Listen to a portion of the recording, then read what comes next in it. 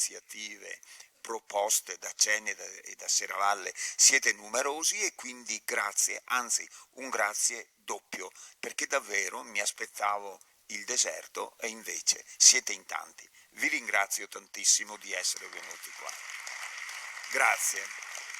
Vi parlo di un mondo che non esiste più, un mondo che è scomparso tra gli anni 50 e 60, ormai si dice, del secolo scorso.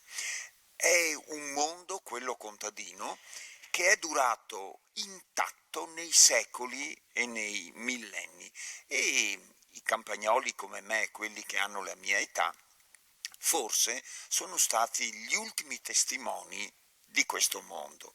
Lo abbino a un santino, stasera ne vedremo tanti, di Sant'Antonio da Padova, il santo per antonomasia, perché il mondo contadino era permeato di soprannaturale, di spiritualità.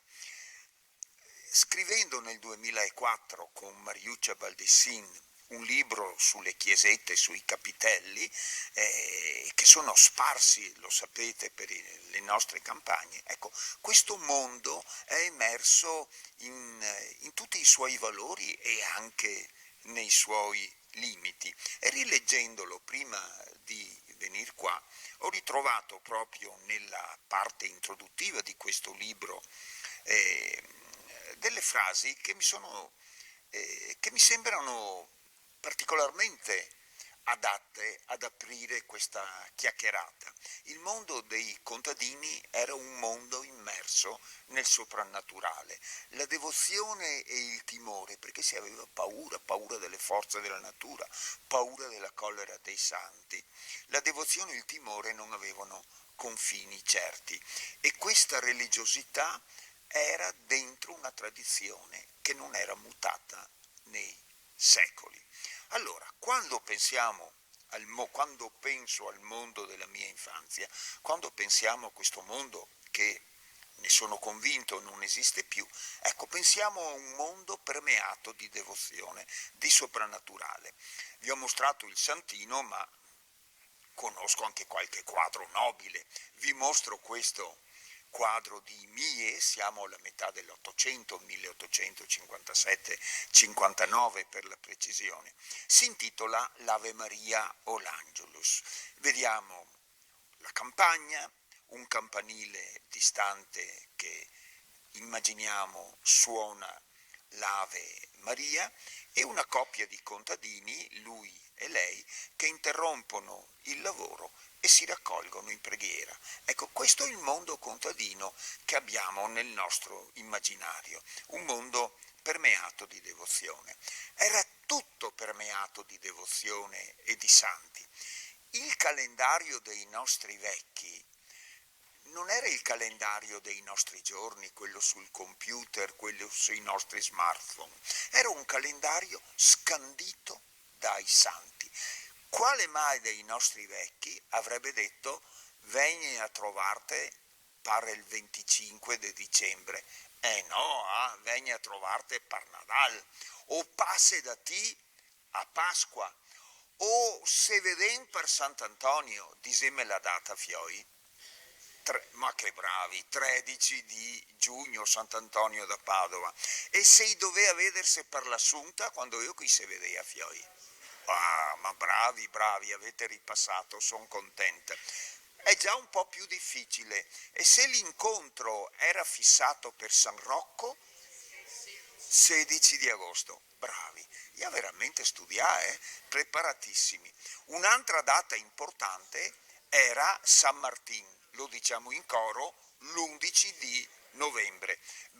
Io ricordo, tanti di noi ricordano, che era un giorno particolare per le campagne. Era il giorno in cui si mangiavano le caldarroste, se beveva il vin nuovo bisogna stare attenti perché era un po' lassativo. Qualcuno lo usava come proprio purgante, ecco. Era una grande festa, vi mostro qua un San Martino che divide il mantello con il povero, è un affresco popolare della chiesetta di San Giorgio a San Polo di di Piave. Era una grande festa perché si era raccolto tutto e non si era ancora né arato né seminato.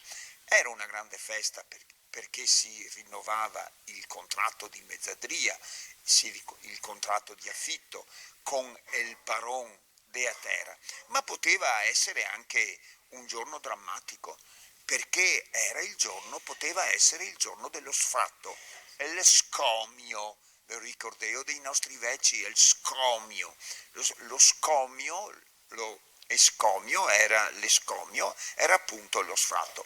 Poi le regole e i tempi dello sfratto sono cambiati nei secoli a seconda delle leggi, dei luoghi. Ultimamente, quando erano ancora in vigore i contratti di mezzadria, nelle nostre campagne c'era la tradizione che si aveva tempo per andare via fino al giorno di Sant'Andrea. E qua vi interrogo, quando io il giorno di Sant'Andrea? È il 30 de? Ah, ma bravissimi veramente, complimenti. Ecco, però si andava via e vi mostro un fattori, il bellissimo, e si feia San Martin. Non servivano i camion per traslocare, non c'erano i guardaroba di Dolce e Gabbana, le era quattro strazze e scendeva via col carretta. Tanto è vero che l'espressione far San Martin nel nostro linguaggio ha ancora oggi il significato di traslocare. E se vedo un amico tutto gobbo e gli chiedo cosa ti è successo mai, ho fatto San Martin, cioè ho fatto trasloco, magari se è una delle tragedie della vita far trasloco, perché credo sia una grande fatica. Io una volta ho fatto un trasloco dal quinto piano senza ascensore. Avete mai portato una lavatrice per 5 piani? Una cosa terribile. E appunto chi mi chiedeva, perché sono andato via gobbo per un mese, ma cosa tu fa Tony? Ho fatto San Martin, ho fatto trasloco. Allora, anche il lavoro dei campi per i nostri vecchi era scandito dai santi. Sapete, una tradizione medievale, quella delle terre comuni che poi venivano sorteggiate e date alle diverse famiglie. Erano terre molto importanti perché permettevano anche ai repetini, ai più poveri, di avere un po' di raccolto. Sulle terre comuni non si poteva piantare niente, ma si poteva falciare e avere un po' di fieno per mantenere quei pochi animali anche durante l'inverno era una risorsa molto importante. Quando cominciava la fienagione? Ecco, la fienagione cominciava con San Giorgio e doveva cessare con San Michele. Disemme la data di San Giorgio, 23 di marzo, e la data di San Michele, bravissimo, di solito sei sempre il contestatore, stasera rispondi giusto, sono contento, 29 di settembre, quindi il primo sfalcio lo si faceva con il 23 di aprile, ma bisognava terminare, per non rovinare il prato, con il 29 di settembre.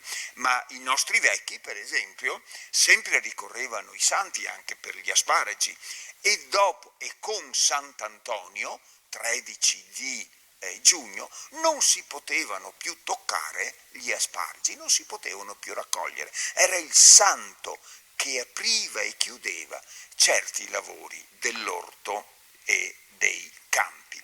E le previsioni del tempo non erano legate ai santi, anche